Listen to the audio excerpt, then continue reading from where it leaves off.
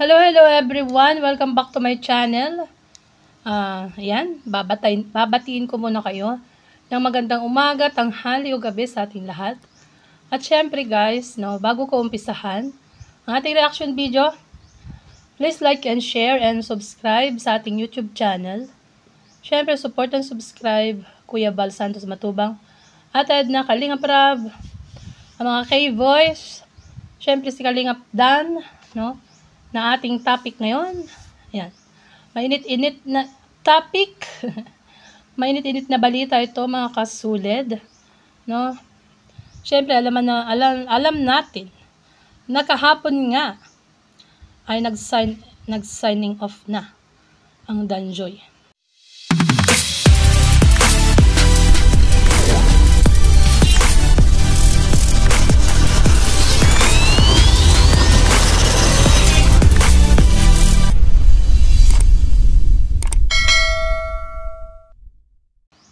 Sa last episode, at ito nga, after ng ma-upload ang last episode, ay nag-live nga si Kalingap Dan. At ito ang kanyang sinabi, wala nang paligoy-ligoy na inamin sa lahat ng supporters ng Danjoy community, mga fans. Ayan. So, syempre, pakinggan natin, mga kasulid. Nakakalungkot man, pero yun daw ang katotohanan. So, mahirap tanggapin na lang ng maluwag sa dibdib, wag nang mag-isip ng kung ano-ano. So, ito na guys, play na natin. Personal na buhay ko na to, para lang sa ikakatahimik ninyo. Dito kasi guys, may nagtatanong sa kanyang live stream sa comment section. Kasi nga tinatanong nila kung totoo ang balita na may jowa na siya at may baby na. So sabi niya, ito na ay personal na buhay ko na. Sasagutin ko na para sa ikakatahimik ninyo. Yan. So tuloy natin guys. Sasagutin ko na po yan para sa inyo, lalo na sa mga supporters ng Danjoy. Diba? Kahit personal, pero isang beses ko lang ito sasagutin at di na ako mag-i-explain ng kung ano-ano. Yan, so isang beses lang doon niya sasabihin at hindi na siya mag-explain.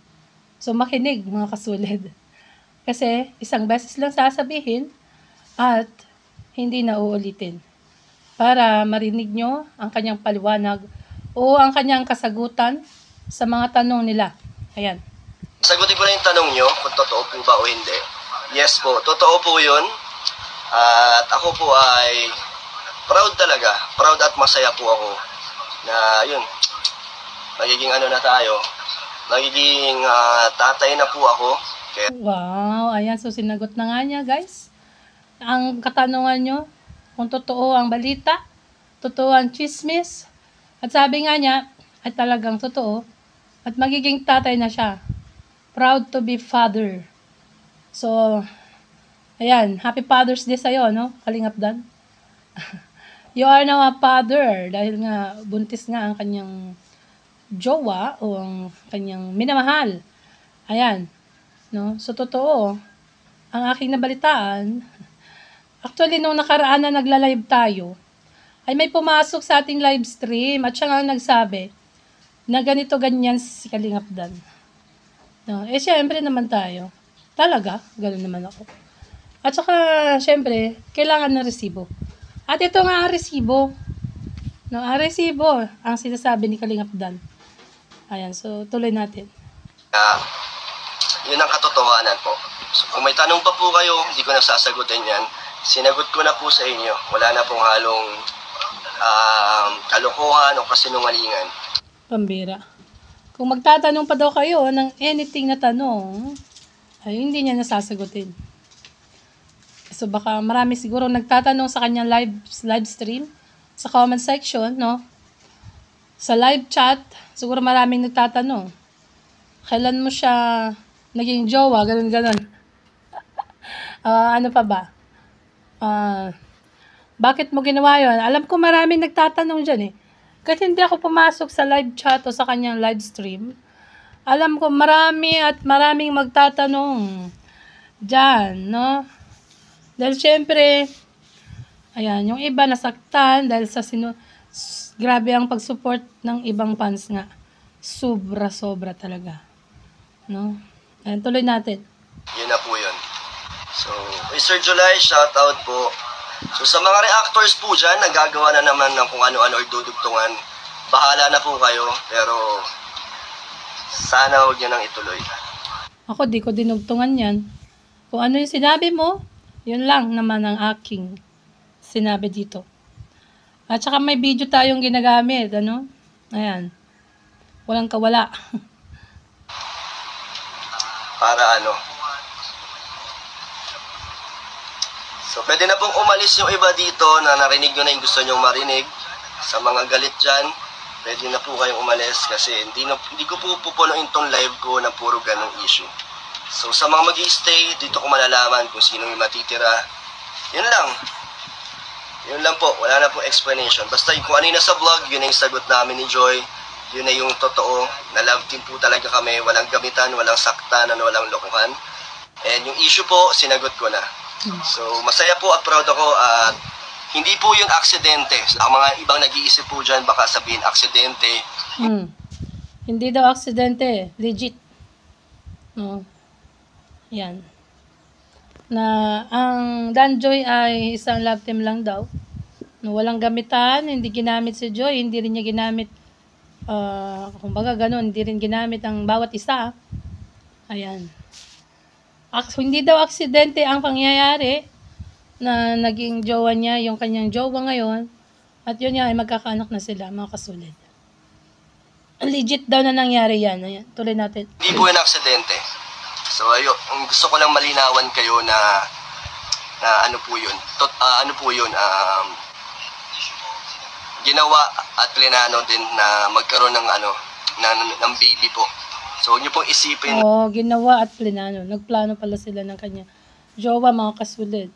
So, sa mga naghihinala dyan na baka daw nalasing, baka daw ganito nangyari, no, baka ganun daw. Pero ito na ang kasagutan doon sa sinasabi nyo.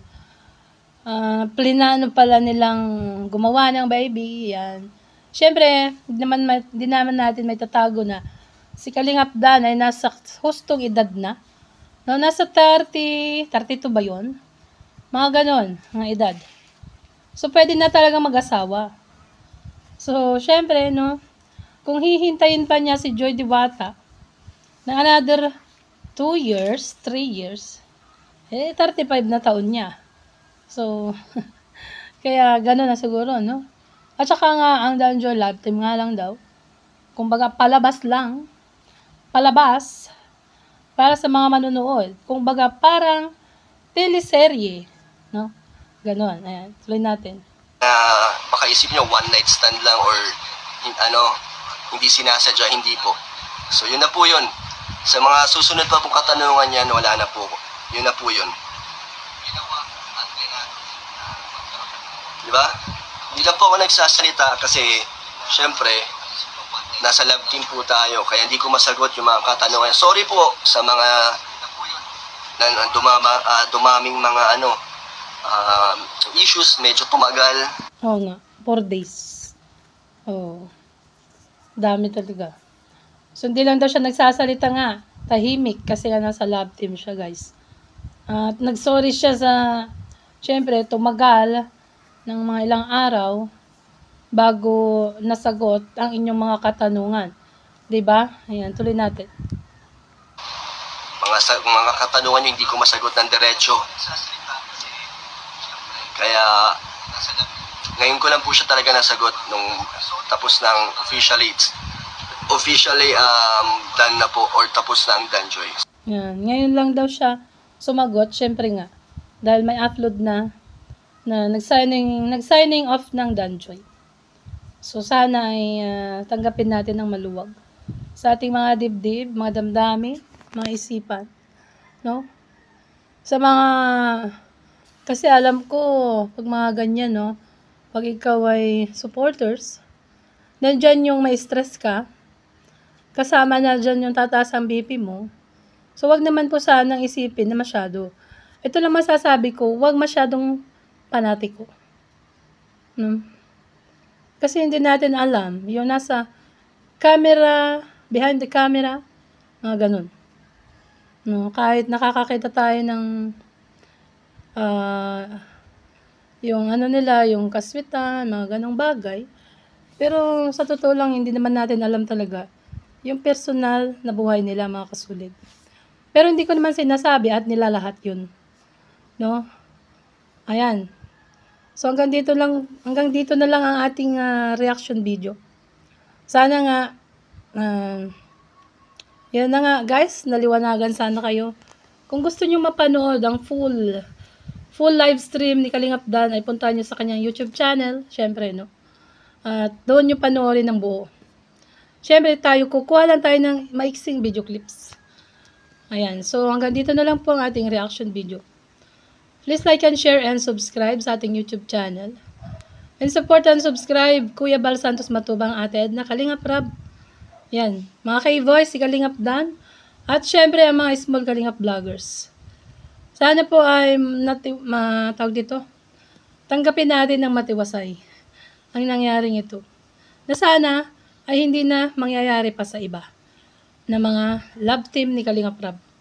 No, ayan. Bye po, God bless. And to God be all the glory.